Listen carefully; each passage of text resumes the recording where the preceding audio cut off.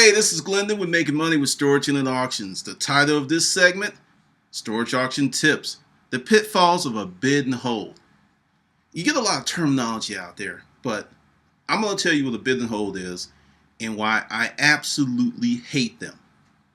Bid and hold is you go to an auction and sometimes they'll tell you before the auction begins that, hey, we have a tenant, we're trying to work with the tenant. The tenant has until 2 o'clock tomorrow. Usually the place that was really notorious for it, they would give them almost a week.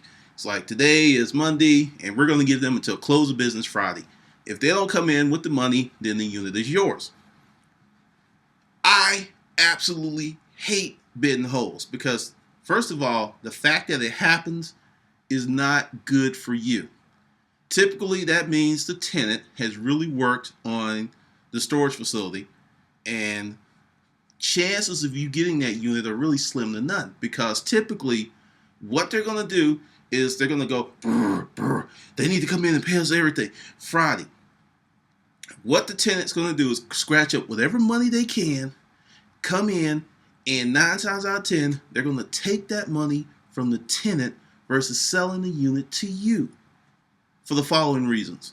Number one, no legalities become involved. They're dealing with the tenant, they're working with the tenant, so they don't have to worry about being sued.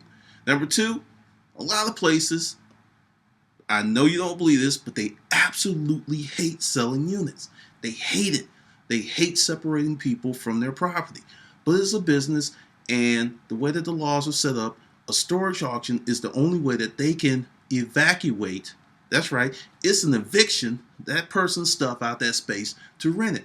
Because if you ever rented out a storage unit, you know that contract is not like just one page. It's kind of deep. It takes you 30 to 40 minutes to rent a unit. You're actually signing a lease agreement. That's why they have to go through an eviction process to get your butt out of there. Okay, now let's talk about the bid and hold. Why I personally hate them. You're not going to get it in most places here in Georgia. It could vary wherever you are. You go through the regular auction process, and let me backstep a little bit. They'll either announce at the unit is a bid and hold, or they will tell you when you sign in and just before the auction gets ready to start. Now, what this does for some people, if you're a person of low budget, stay away from bid and holds, because mentally it's going to make you check out. Because most people have a very limited budget to what they're going to do, what they can spend. So let's say the room is $580.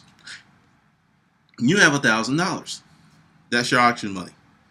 You're out there bidding, but you're like, oh, you mentally deduct that money, because if there's a chance that you can get that unit, you have to pay for it. So it really sucks up your capital, and you don't even have a unit, and there's a good chance you won't get it. Another reason I don't like bid and holds. The vast majority of the time, you don't get the unit. You don't. Just like I said earlier, because it's happening, that means that the storage facility is working really hard with the tenant. Another reason I hate bid and holds. Usually, it's some good shit. I'm sorry, call me a vulture if you want to. It's some good stuff. I had a unit, public storage, on Peachtree Industrial. Oh my God, it was beautiful. I'm talking about, this woman was a designer. So she was getting high-end furniture samples for her home, and it was a 10 by 20 full of nice stuff. I saw a commode. If you don't know what that is, look it up.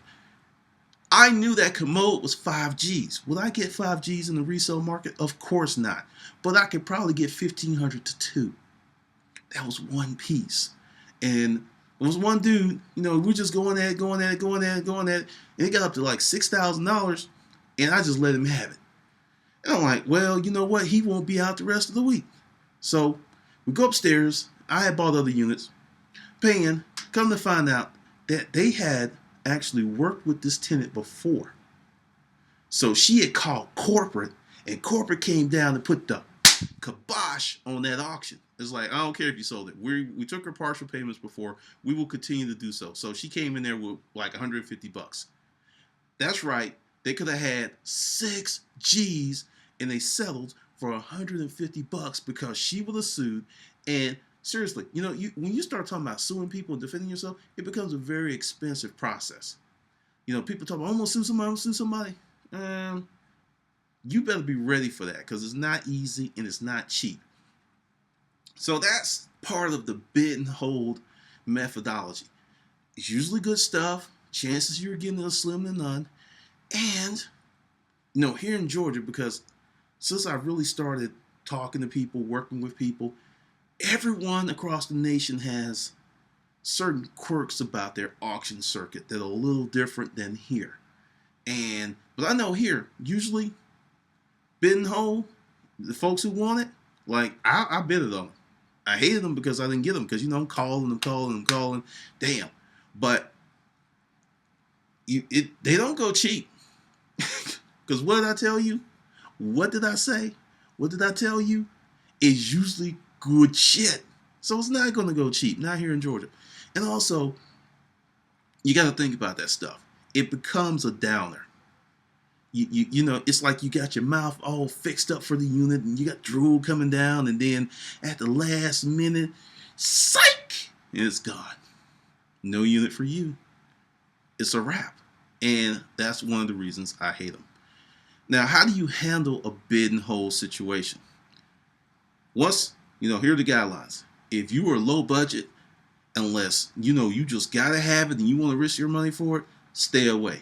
Number 2, just kind of walk off, then come back. Because, see, a lot of times people predicate their bidding, especially on sealed bids, based on what other people do. And one of my little tactics was look at the unit and just walk off. Sometimes walk around the corner, fill out that paper, and then just kind of wait, and then make sure everybody turn their paper in, then turn mine in last. If mine was still on top, that means I won. I used to piss someone off with that shit all the time.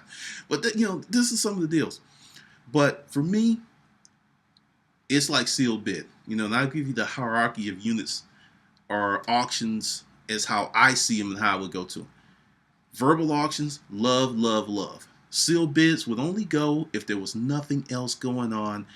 Bid and holds would jump in but didn't have high hopes because of the several